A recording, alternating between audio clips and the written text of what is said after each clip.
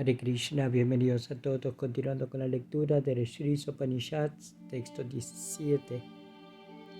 Vayur Anilam Ambritam Atedam Basmantam Shariram Om Kratos Smara Kritam Smara Kratos Smara Kritam Smara. Traducción: que este cuerpo temporal se queme hasta convertirse en cenizas y que el aire de la vida se fusione con la totalidad del aire. Ahora, mi Señor, por favor recuerda todos mis sacrificios, y como tú eres el beneficiario final, por favor recuerda todo lo que he hecho por ti. Significado: el cuerpo material temporal es sin duda una vestimenta extraña. El Bhagavad Gita 2.20 dice claramente que tras la destrucción del cuerpo material, la entidad viviente no es aniquilada ni pierde su identidad. La identidad de la entidad viviente nunca es impersonal ni informe. Por el contrario, es la vestimenta material la que tiene forma y la que adopta una forma conforme a la forma de la persona indestructible. Ninguna entidad viviente carece originalmente de forma, como creen equivocadamente aquellos que tienen un escaso acopio de conocimiento. Este mantra confirma el hecho de que la entidad viviente existe después de la aniquilación del cuerpo material. En el mundo material, la naturaleza material muestra una habilidad maravillosa al crear variedades de cuerpos para los seres vivos de acuerdo con sus propensiones a la complacencia de los sentidos. A la entidad viviente que quiere probar el excremento se le da un cuerpo material que es muy adecuado para comer excremento, el de un cerdo. De manera similar, a quien quiere comer la carne y la sangre de otros animales, se le puede dar un cuerpo de tigre equipado con dientes y garras adecuados. Pero el ser humano no está hecho para comer carne ni tiene ningún deseo de probar el excremento, ni siquiera en el estado más aborigen. Los dientes humanos están hechos de tal manera que pueden masticar y cortar frutas y verduras, aunque hay 2 colmillos para que los humanos primitivos puedan comer carne si así lo desean. Pero en cualquier caso, los cuerpos materiales de todos los animales y hombres son ajenos a la entidad viviente. Cambian según el deseo de complacer los sentidos de la entidad viviente. En el ciclo de la evolución, la entidad viviente cambia de cuerpo uno tras otro. Cuando el mundo estaba lleno de agua, la entidad viviente adoptó una forma acuática, luego pasó a la vida vegetal, de la vida vegetal a la vida de gusano, de la vida de gusano a la vida de pájaro, de la vida de pájaro a la vida animal y de la vida animal a la forma humana. La forma humana más desarrollada es cuando posee un sentido pleno de conocimiento espiritual. El desarrollo más elevado del sentido espiritual se describe en este mantra. Uno debe abandonar el cuerpo material que se convertirá en cenizas y permitir que el aire de la vida se funda en el depósito eterno de aire. Las actividades del ser viviente se realizan dentro del cuerpo mediante los movimientos de diferentes clases de aire, conocidos en resumen como pranavayu. Los yogis generalmente estudian cómo controlar los aires del cuerpo. El alma debe ascender de un círculo de aire a otro hasta llegar al Brahma Randra, el círculo más elevado. Desde ese punto, el yogi perfecto puede trasladarse a cualquier planeta que desee. El proceso consiste en abandonar un cuerpo material y luego entrar en otro.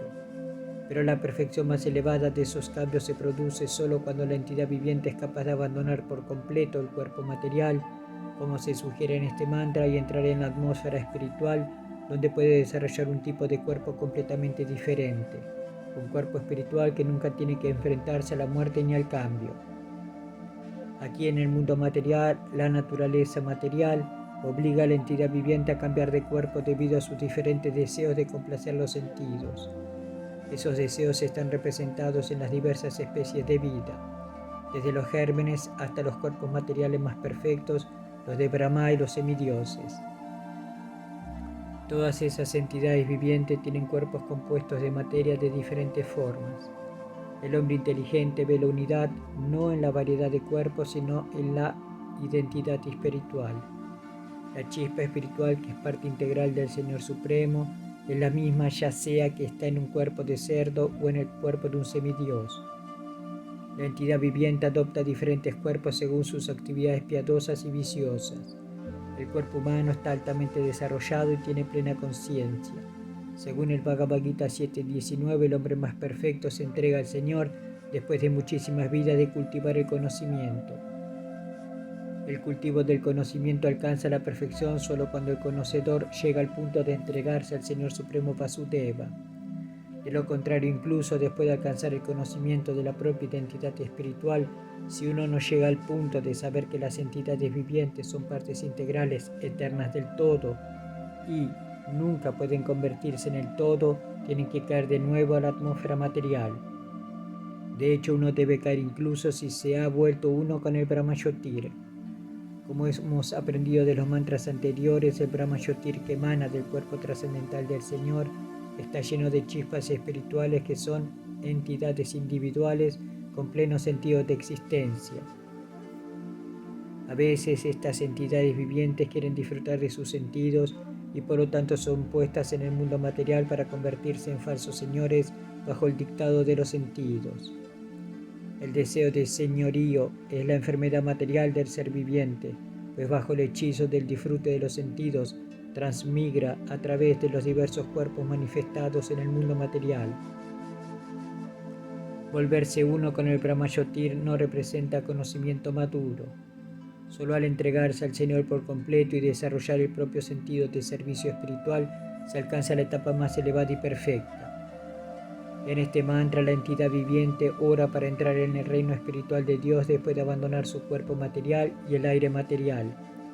El devoto le ruega al Señor que recuerde sus actividades y los sacrificios que ha realizado antes de que su cuerpo material se convierta en cenizas. Hace esta oración en el momento de la muerte con plena conciencia de sus acciones pasadas y del objetivo final. Aquel que está completamente bajo el dominio de la naturaleza material recuerda las actividades atroces que realizó durante la existencia de su cuerpo material y en consecuencia obtiene otro cuerpo material después de la muerte. En el Bhagavad Gita 8.6 confirma esta verdad. Yam yam vapismaram babam yajati ante kalevaram tam tam eva iti kaunteya sadatat baba babitaha. Oh hijo de Kunti, cualquier estado de ser que uno recuerde cuando abandona el cuerpo, ese estado lo alcanzará sin falta. De ese modo, la mente lleva las propensiones de la entidad viviente a la siguiente vida. A diferencia de los animales simples que no tienen una mente desarrollada, el ser humano moribundo puede recordar las actividades de su vida como si fueran sueños nocturnos. Por lo tanto, su mente permanece sobrecargada de deseos materiales y en consecuencia no puede entrar en el reino espiritual con un cuerpo espiritual. Los devotos, sin embargo, desarrollan un sentido de amor por Dios mediante la práctica del servicio devocional al Señor. Incluso si en el momento de la muerte un devoto no recuerda su servicio al Señor, el Señor no lo olvida. Esta oración se da para recordarle al Señor los sacrificios del devoto, pero incluso si no hay tal recordatorio, el Señor no olvida el servicio prestado por su devoto puro.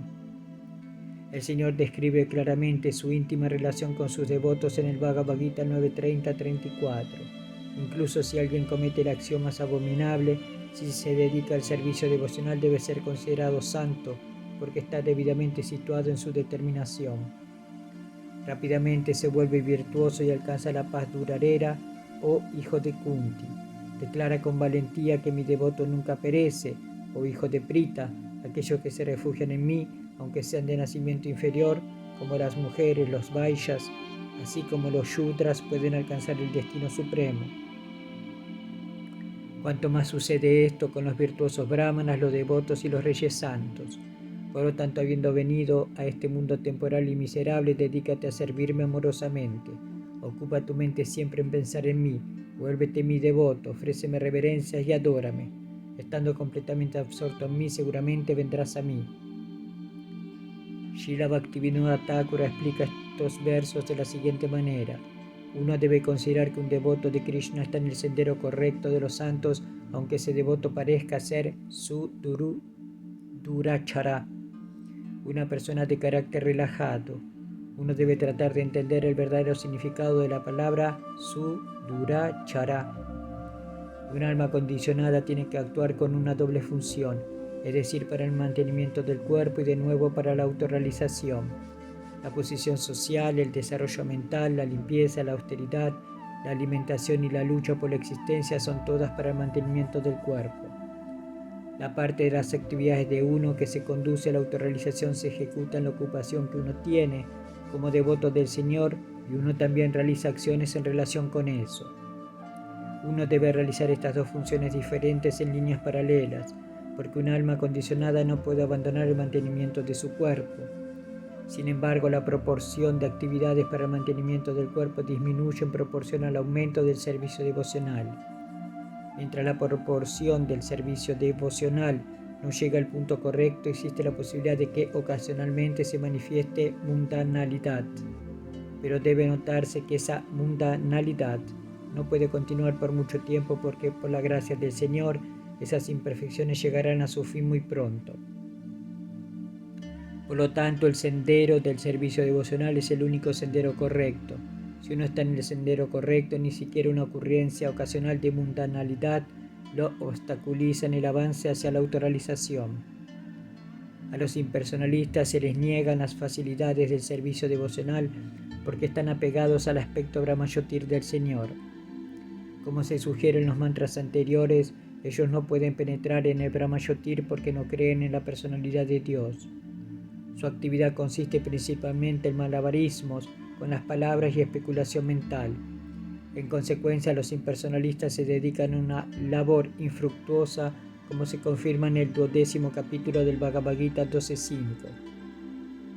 Todas las ventajas que se sugieren en este mantra pueden obtenerse fácilmente mediante el contacto constante con el aspecto personal de la verdad absoluta. El servicio devocional al Señor consiste esencialmente en 9 actividades trascendentales. 1. Oír acerca del Señor.